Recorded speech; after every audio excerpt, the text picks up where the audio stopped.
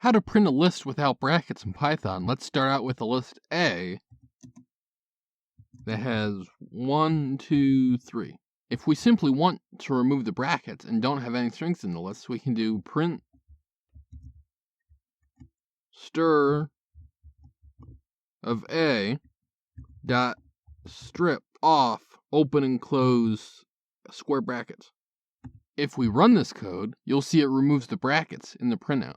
Now let's switch our list to be the strings A, B, and C. If you want to remove both the brackets and the quotes in the printout, you'll have to modify the printout like so. After strip, do another dot, replace the single quote with the empty string. If we run this code, you'll see it removes the brackets and the quotes in the printout. Do note, this method will break if you have any strings with apostrophes in them. Finally, if you also want to remove the commas, you can add one more call to replace. Dot replace the comma with the empty string. If we run this code, you'll see it removes everything we want it to remove. This has been Jakubication. Like and subscribe to learn more.